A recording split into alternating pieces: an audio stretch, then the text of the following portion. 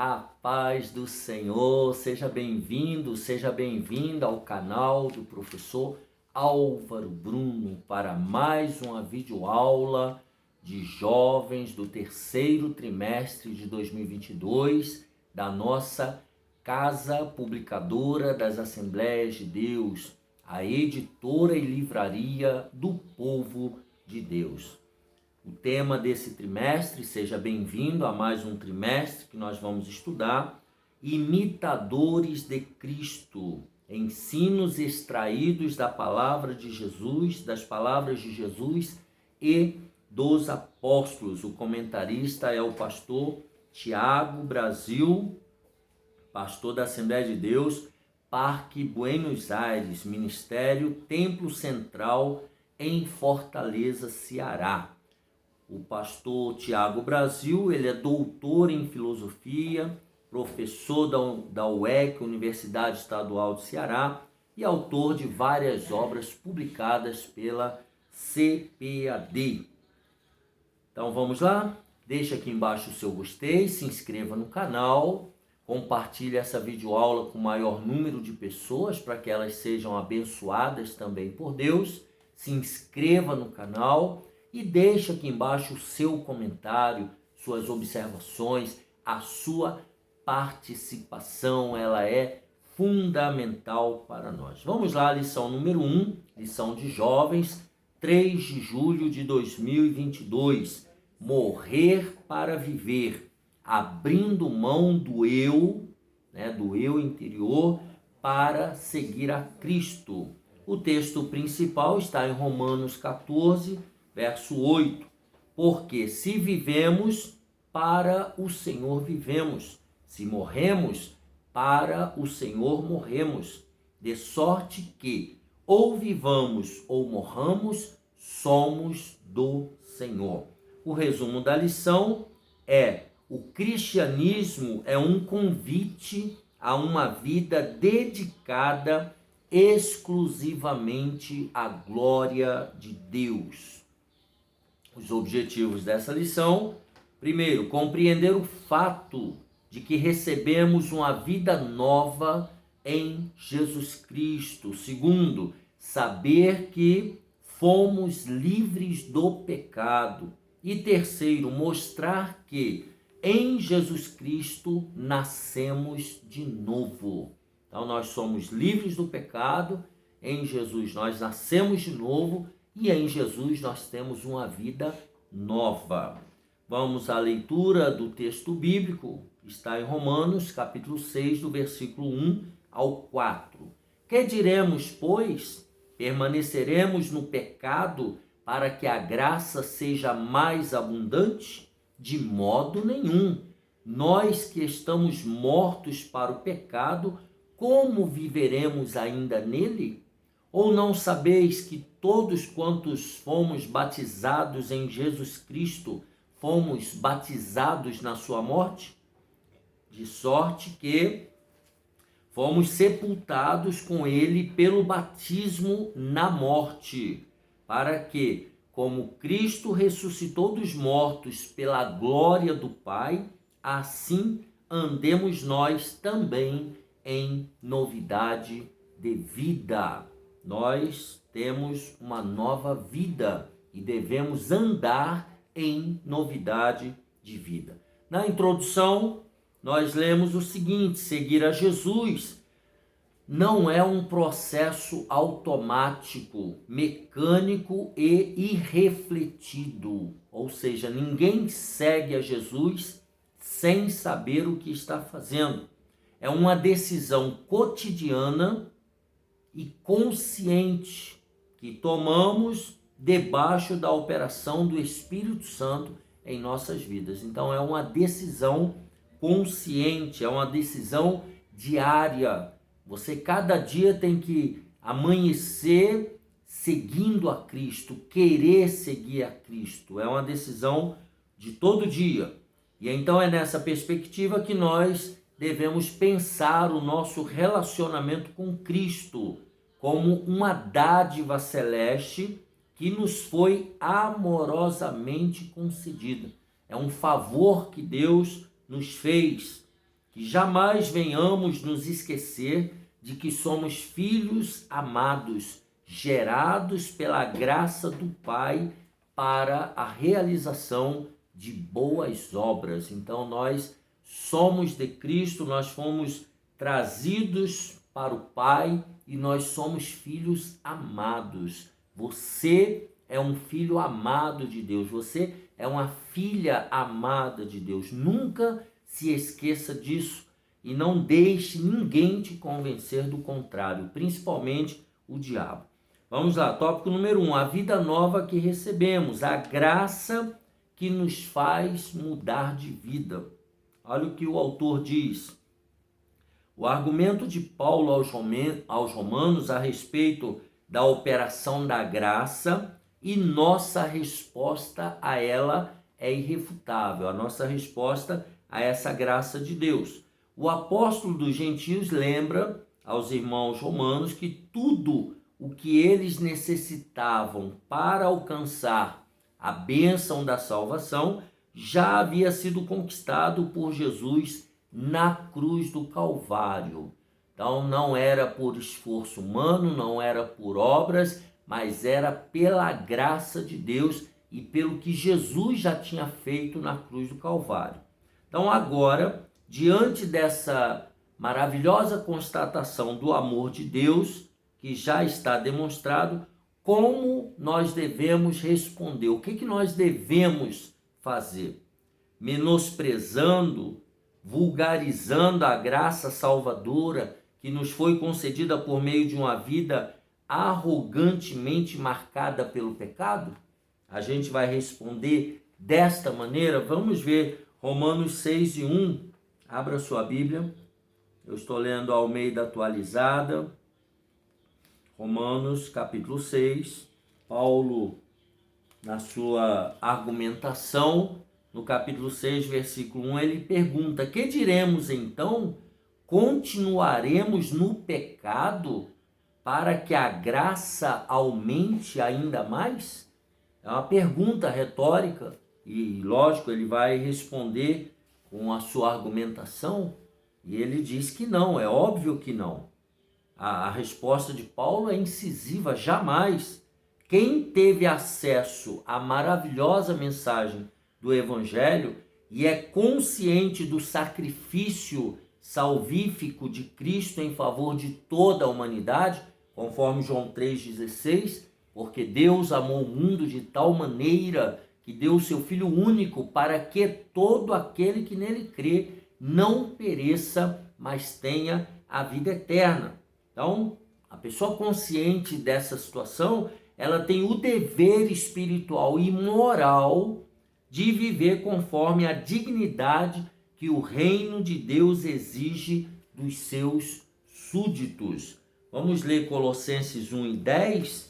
Eu vou ler na Bíblia, na Nova Tradução Linguagem de hoje, para ficar bem especificado, bem claro, sem precisar de muita explicação. Colossenses 1:10. Desse modo, vocês poderão viver como o Senhor quer e fazer sempre o que agrada a Ele. Vocês vão fazer todo tipo de boas ações e também vão conhecer a Deus cada vez mais. Então aqui é Paulo orando por eles, pedindo a sabedoria, pedindo a compreensão do Espírito Santo, para que eles vivam uma vida correta, uma vida de acordo com a palavra de Deus. E ele diz: nunca devemos proceder como um fariseu legalista, acreditando que a salvação vem por algum tipo de artifício humano. Em Mateus 23, se você puder, abra aí a sua Bíblia de estudo pentecostal, principalmente, a melhor Bíblia de estudo do Brasil, Mateus 23, do versículo 5 ao 7, conforme está indicado aí na referência. Agora a gente vai brigar com as páginas. Alguém vai falar que eu não sou muito higiênico, passando o dedinho na língua, passando a língua no dedo. Mateus 23, de 5 a 7. Olha o que Jesus falando aos fariseus. praticam todas as suas obras a fim de serem vistos pelos outros, pois alargam os seus filactérios e alongam as franjas das suas capas, gostam do primeiro lugar nos banquetes e das primeiras cadeiras nas sinagogas, das saudações nas praças e de serem chamados de mestre. Olha só como era o fariseu, né? Como é que eles queriam alcançar a salvação. Colossenses 2, de 20 a 23, diz assim: vocês morreram com Cristo e por isso estão livres dos espíritos maus que dominam o universo. Então, por que é que vocês estão vivendo como se fossem deste mundo? Não obedeçam mais às regras como estas. Não toque nessa coisa, não prove aquela, não pegue naquela. Todas essas proibições têm a ver com coisas que se tornam inúteis depois de usadas. São apenas regras e ensinamentos que as pessoas inventam. De fato, essas regras parecem ser sábias ao exigirem a adoração forçada dos anjos, a falsa humildade e um modo duro de tratar o corpo. Mas tudo isso não tem nenhum valor para controlar as paixões que levam à imoralidade. Então não é esse o caminho é a graça de Cristo. E os fariseus, e também nunca viver como um libertino, considerando a graça que liberta como um salvo-conduto, um passaporte para uma vida inconsequente e pecaminosa. Se você abrir aí em Gálatas, por gentileza, logo depois de 2 aos Coríntios, nós temos a carta de Paulo aos Gálatas. Gálatas 5 e o versículo 13. Paulo escrevendo diz assim: porém vocês, irmãos, chamados para serem livres, mas não deixem que essa liberdade se torne uma desculpa para permitir que a natureza humana domine vocês. Pelo contrário, que o amor faça com que vocês sirvam uns aos outros. A pessoa usa da liberdade como um passaporte para viver pecando. É o que chamamos a graça barata, né? Um evangelho, um cristianismo nominal, um cristianismo mundano. Só tem nome de cristianismo, mas não tem nada de cristianismo. Segundo, a graça então ela nos faz mudar de vida. O batismo como imagem pública de nossa decisão interior. Quando a gente batiza, nós estamos fazendo uma profissão de fé pública. Para o crente, o batismo não é um mero ato religioso ou um rito de passagem. Não. O ato público de submergir-se nas águas batismais indica nossa convicção pessoal de salvação, por meio de uma identificação com Cristo que morreu por amor a nós. Então, quando a gente batiza, quando a gente desce a água batismal, nós estamos nos identificando com a morte de Cristo, que morreu no nosso lugar. Então, dessa maneira, constitui-se a analogia do batismo para um discípulo de Jesus. Assim como a morte do Mestre decretou a garantia de nossa vitória final sobre o pecado, e aí se você abrir em Colossenses, logo depois de Efésios, só vai um pouquinho para frente, capítulo 2, versículo 12 ao 15, ele diz o seguinte: pois quando vocês foram batizados, foram sepultados com Cristo, e no batismo também foram ressuscitados com ele por meio da fé que vocês têm no grande poder de Deus, o mesmo Deus que ressuscitou Cristo. Antigamente, vocês estavam espiritualmente mortos por causa dos seus pecados e porque eram não judeus e não tinham a lei. Mas agora Deus os ressuscitou junto com Cristo. Deus perdoou todos os nossos pecados e anulou a conta da nossa dívida com os seus regulamentos que nós éramos obrigados a obedecer. Ele acabou com essa conta pregando-a na cruz. E foi na cruz que Cristo se livrou do poder dos governos e das autoridades espirituais. Ele humilhou esses poderes publicamente, levando-os prisioneiros no seu desfile de vitória. Então veja que a vitória final de Cristo sobre o pecado nos garante, através do batismo também, a vitória final sobre os pecados.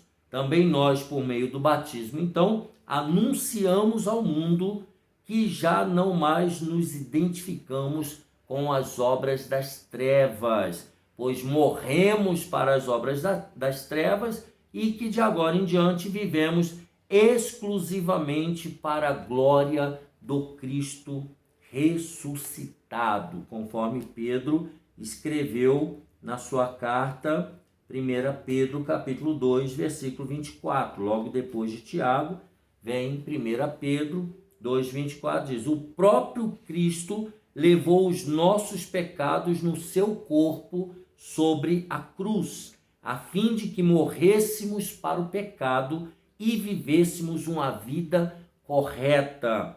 Por meio dos ferimentos dele, vocês foram curados. Então veja que agora nós devemos, após ser batizados publicamente, nós devemos viver uma vida nova, uma vida correta. Isso é que é andar com Jesus. Número 3, a nossa associação com Jesus de Nazaré deve ser significativa. O que significa isso? Vivemos em uma sociedade onde muitas pessoas são egoístas. Não podemos generalizar, mas na atualidade há muitos interessados nas riquezas associadas ao Cristo, mas poucos dispostos a irem a todos os limites por amor ao Salvador. Quem não se associar com a cruz de Cristo jamais experimentará a plenitude do reino. Então, há muitas pessoas que estão enriquecendo e ganhando dinheiro com o cristianismo, mas elas não têm um compromisso real com o Cristo, tá? É só por interesse. O nosso relacionamento com Deus tem que ser um relacionamento significativo, né? Jesus tem que te conhecer, Jesus tem que me conhecer. Nós temos que chegar naquele dia e Jesus falar: vinde, bendito do meu Pai, possuí por herança o reino que vos está preparado. Agora, não pode acontecer o que Jesus falou em Mateus capítulo 7. Afastai-vos de mim, malditos, que eu nunca vos conheci. Já pensou? Você viveu um cristianismo mentiroso, hipócrita, e naquele grande dia Jesus falar que nunca te conheceu, que nunca me conheceu? Pois bem, devemos vigiar na nossa vida espiritual. E aí ele coloca para a gente pensar: quem vive em Cristo é imprestável para o pecado. Quem vive em Cristo não pode mais pecar, não serve mais para o pecado. O Evangelho liberta as pessoas da escravidão do pecado. É o Evangelho que faz isso. Não tem outro meio de libertação, somente através do Evangelho de Cristo. Vamos ao tópico número 2. Livres do pecado, escravos de Cristo. Vivendo como livres e não como escravos do pecado. Vejamos o que o autor diz. A imagem que Paulo utiliza para tratar a respeito do novo estado em Cristo, a nossa nova vida em Cristo, deriva da prática da libertação de escravos no mundo romano. Então havia todo um contexto histórico na época de Roma, da escravidão, tá? E as pessoas que eram escravizadas se tornavam servas, né? Isso não tinha nada a ver com a cor da pele, era qualquer pessoa que fosse dominada virava escravo. havia um ritual jurídico desse processo, tá? E uma questão importante que se deve destacar dessa analogia, Paulina, é que para um romano, guarde isso, a escravidão era uma espécie de morte social. A pessoa que era escrava, ela não tinha vida social. Tá? Ela estava morta, ela praticamente não existia, digamos assim. Tá? Na verdade, seria uma ação de benevolência do senhor, do dono do escravo, já que o escravizado era um cativo de guerra, preso de guerra, ou alguém com uma dívida impagável, e a morte física seria o seu destino. Então, se a pessoa foi escravizada, ela não tinha como pagar a dívida e o final dela, a qualquer momento, era a morte. A partir do momento que o dono dele achasse que ele não servia mais, podia matar, tinha direito de vida e morte sobre o escravo. Sem qualquer direito, né, naquele contexto histórico de Roma, o escravo era reduzido a uma coisa entre aspas, ele era um objeto, fazia parte de um objeto da casa, uma propriedade do seu senhor. Então, um escravo na época de Roma, né, um escravo naquele período histórico, tá, um escravo ele era um objeto da casa, ele era como se fosse um cachorro, como se fosse um gato, ele era, ou como se ele fosse algum objeto, ele não tinha vida, ele não tinha, ninguém olhava para ele como um ser igual, digamos assim. Tá? É dentro desse contexto que nós temos que entender a analogia que Paulo faz. Era assim que vivíamos, agora ele vai nos comparar, debaixo da opressão do diabo, mortos em nossos delitos e pecados. Nós éramos mortos e escravizados pelo pecado, tá? Pelo diabo.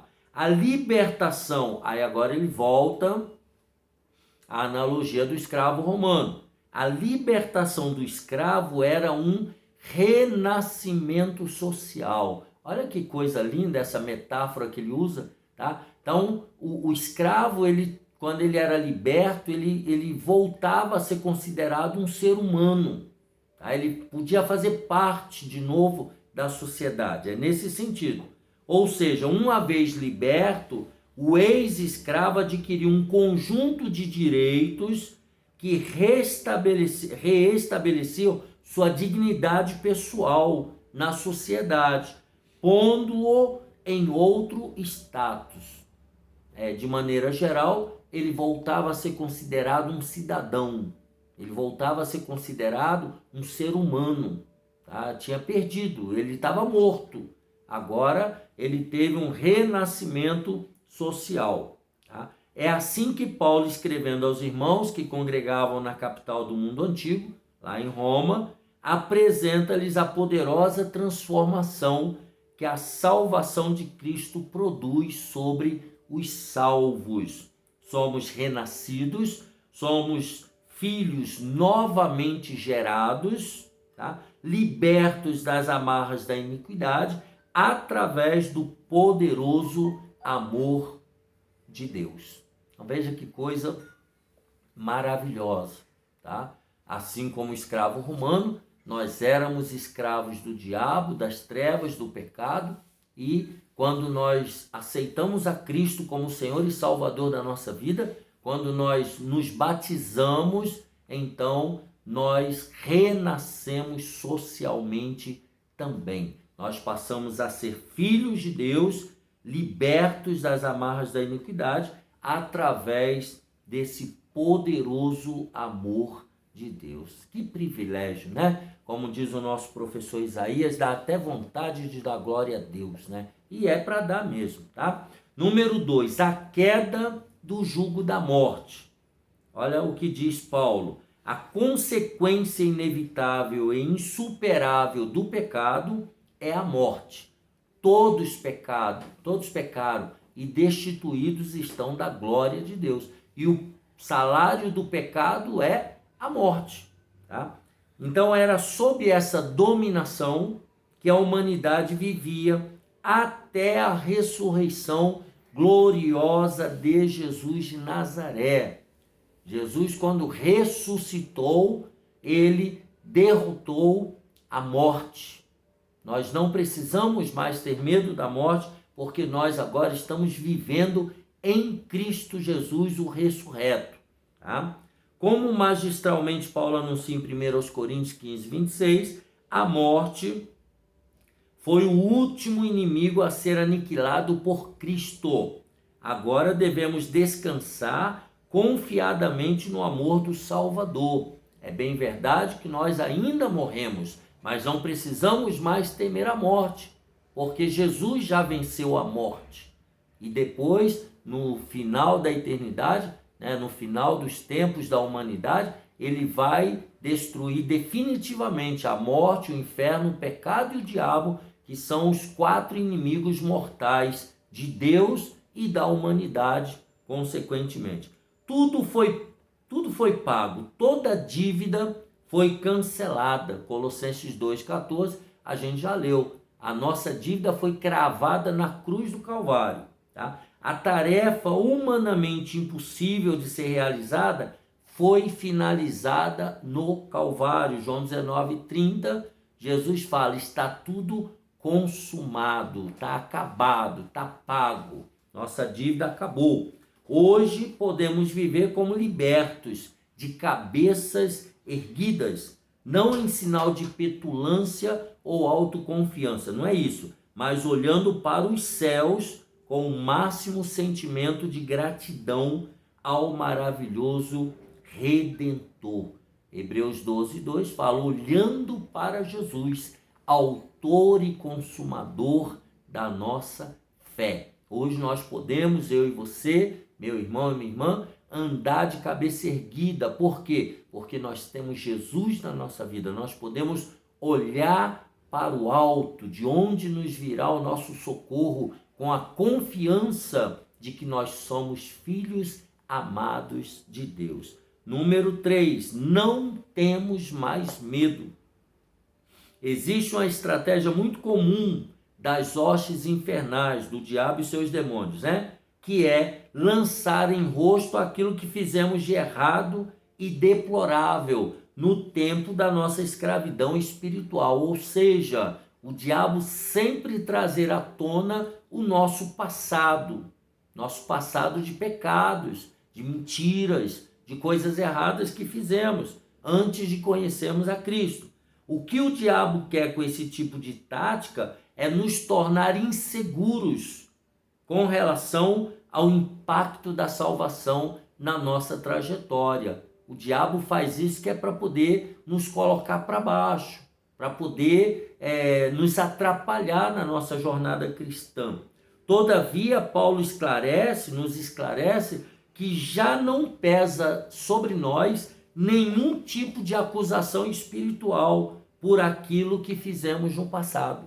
Então, Deus ele já anulou a nossa dívida. Vamos ver Atos 17 e o versículo 30. Atos 17, olha o que Paulo diz aos Tessalonicenses, lá na igreja, Atos 17, 30. No passado, Deus não levou em conta a nossa ignorância, mas agora ele manda que todas as pessoas, em todos os lugares, se arrependam dos seus pecados. Você já se arrependeu do seu pecado? Seja ele qual for que você tenha praticado? Então, esquece. Deus já lançou no mar do esquecimento.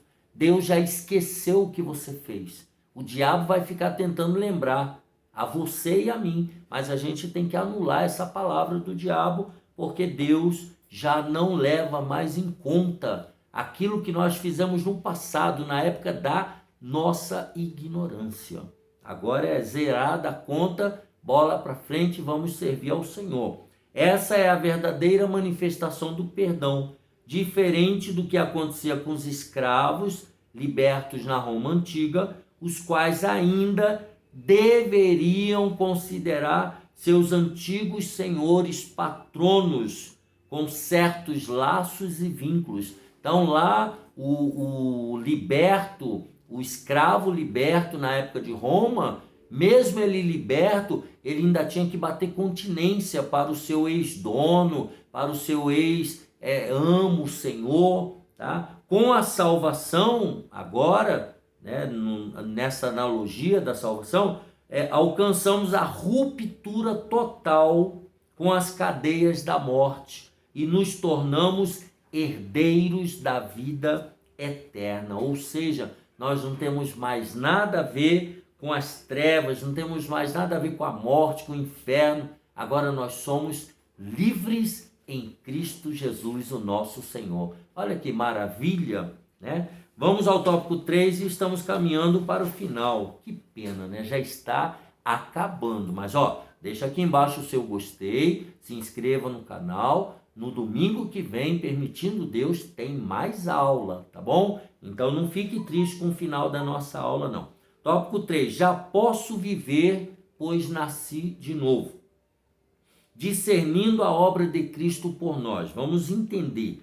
Paulo é bastante claro ao afirmar que o reconhecimento do sacrifício vicário de Cristo, aquilo que ele fez na cruz do Calvário por nós, é fundamental para o estabelecimento de uma vida cristã genuína. Então, quando você olha para a cruz, quando você entende o que Jesus fez por mim, por você, aí a gente começa a ter uma vida cristã verdadeira, genuína. É simplesmente incompatível, presta atenção nesse ponto aqui, a consciência plena do amor de Deus com uma existência dominada pela prática deliberada do pecado. Não é possível você ter uma consciência do amor de Deus e ao mesmo tempo continuar na prática do pecado. Isso é uma ilusão, não existe. É impossível conhecer verdadeiramente a Jesus e ainda assim permanecer num estilo de vida dominado pelos impulsos carnais. Não tem como, não dá. Quem opta por viver assim, né, impulsionado pela carne, fazendo o que quer, a hora que quer, age como se desejasse mais uma vez crucificar a Cristo. Está em Hebreus 6:6. Tá? Toda vez que eu me deixo dominar pelo pecado, pelas obras da carne, eu estou crucificando, metaforicamente falando, crucificando a Cristo de novo. Eu estou fazendo a mesma coisa que aqueles soldados romanos fizeram quando levantaram o nosso Salvador na cruz do Calvário. É mais ou menos isso. Para Deus é isso que está acontecendo. Então devemos viver como mortos para o pecado. Romanos 8:10. Mas triunfantemente vivos para o Senhor. Gálatas 2:20. Vou ler na Bíblia Roma, né? Uma das melhores Bíblias de estudo da atualidade. Por que não, meu filho? Vamos ler a Bíblia Roma. Gálatas 2:20, né? E aí você fala, mas que Bíblia é essa? Rapaz, você não sabe que Bíblia é essa? A Bíblia lançada pela CPAD, uma Bíblia atualizada, uma Bíblia cheia de novidades, de mapas. Rapaz, uma coisa linda, você está perdendo, hein? Se você é um estudioso da escola dominical, você tem que ter uma Bíblia Roma. Vai lá na CPAD, fala que assistiu esse programa, quem sabe o pastor Jefferson não te dá um descontinho, né? Gálatas 2:20. Já estou crucificado com Cristo e vivo, não mais eu, mas Cristo vive em mim. E a vida que agora vivo na carne, vivo-a na fé do Filho de Deus, o qual me amou e se entregou a si mesmo por mim. Então nós já fomos e já estamos crucificados com Cristo. E agora a gente tem que viver a vida de Cristo. É isso que ele está falando aqui. Então, dessa forma, nós somos convocados a adotar um padrão de vida excelente, né? Um outro nível de vida, uma prática cotidiana nós temos que viver uma vida que espelhe o caráter de Deus, revelado no coração de todo aquele que nasceu de novo, bem como as consequências práticas da presença do Espírito Santo. Gálatas 5:22 fala do fruto do Espírito, né? A alegria, a fé, a paz, a longanimidade, a benignidade, a bondade, a mansidão, a paciência e a temperança. Você precisa ser cheio do fruto do Espírito Santo. E quer que eu te dê uma excelente notícia? Você já tem esse fruto dentro de você. Mas como assim? Você agora tem que deixar o Espírito Santo desenvolver e fazer crescer esse fruto dentro de você. E aí você vai espelhar o caráter de Cristo. Então, como podemos perceber, a exortação então de Paulo está devidamente alinhada com o discurso de Jesus. Vamos ver também aqui Mateus 16:24. Vamos ver na Bíblia Roma, né, que é para você se sentir incentivado em dar uma passadinha lá na Conselheiro Cotegipe e comprar a sua mais nova e linda Bíblia de estudo, a Bíblia Roma. Mateus 16:24-26 diz assim: então disse Jesus aos discípulos: se alguém quiser vir após mim, renuncie-se a si mesmo, tome sobre si a sua cruz e siga-me. Calma aí que eu estou brigando com as folhas aqui, nova da Bíblia, tá? Porque aquele que quiser salvar a sua vida, perdê-la-á. E quem perder a sua vida por amor de mim, achá-la-á. Pois que aproveita ao homem ganhar o mundo inteiro, se perder a sua alma? Ou que dará o homem em recompensa da sua alma? Então veja que nós temos que perder a nossa vida para viver a vida de Cristo. Quando você abre mão da sua própria vida e vive a vida de Cristo, você tem garantia da vida eterna. Número 2, o fim do império do pecado. Paulo era alguém oriundo de uma dupla formação cultural. Ele dominava a cultura hebraica e ele dominava a cultura romana. Ele era cidadão, ele era hebreu, mas ele era também cidadão romano. Por isso conhecia várias perspectivas do que era um governo tirano em suas várias formas de ação e elaboração do mal. Então, ele conhecia a cultura romana, a cultura hebreia. Partindo dessa visão, então, o apóstolo anuncia aos seus amigos de Roma que para ele já não existem mais quaisquer laços de subordinação à tirania do pecado. Eles não estavam mais dominados pelo pecado.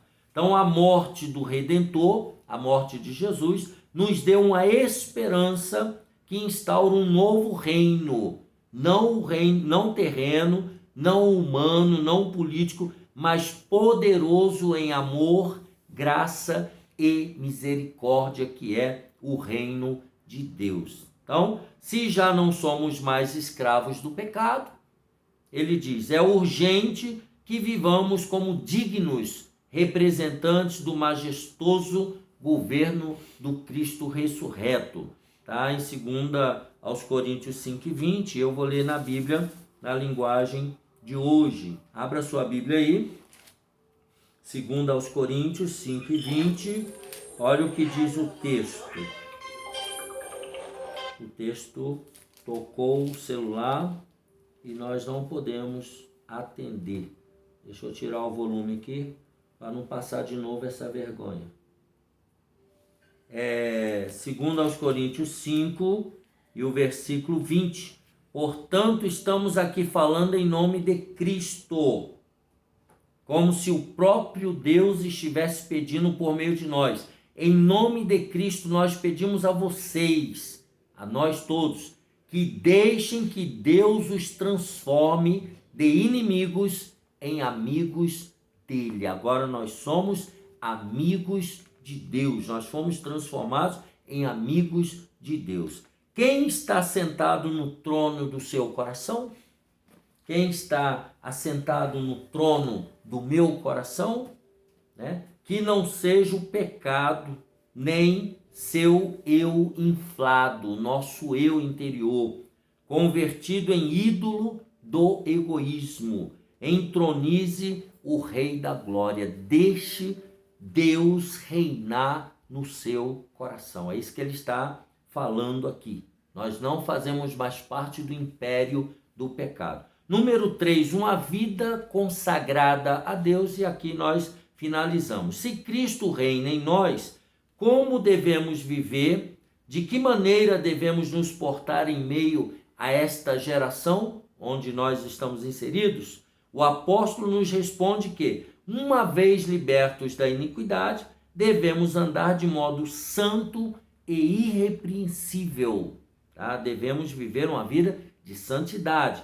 Esse padrão de comprometimento com os valores do Evangelho, com os princípios da graça, se confronta diretamente com o modelo de pseudo-evangelho, esse falso evangelho que nós estamos testemunhando no mundo atual. Para atrair os jovens, agora você dobre a sua atenção, tá? Para atrair os jovens, eu e você, né? Estamos aí na mesma faixa etária dos 18 anos, tá? Muitos têm relativizado as exigências de pureza e santidade que o Evangelho exige. As pessoas estão mudando a palavra, né? O anúncio da graça não pode se confundir com uma degradação espiritual e moral dos valores do reino. O amor de Deus é grande, mas a porta continua estreita e o caminho ainda é apertado. Mateus 7:13. Chamar para a santidade não significa depreciar a graça. Então, cuidado com a graça barata, cuidado com o evangelho falso, cuidado com o evangelho que diz que você pode viver do jeito que você quiser, vestir o que você quiser, falar o que você quiser e que está tudo bem. Não, olhe para a palavra de Deus e se esforce para viver uma vida de santidade conforme o evangelho do nosso Salvador Jesus Cristo. Que Deus te abençoe e te guarde. Deixa aqui embaixo o seu gostei, se inscreva no canal. Assim finalizamos a primeira aula do terceiro trimestre de 2022, a lição de jovens. Morrer para viver, abrindo mão do eu para seguir a Cristo. Um abraço apertado, a paz do Senhor e até a próxima, se Deus quiser.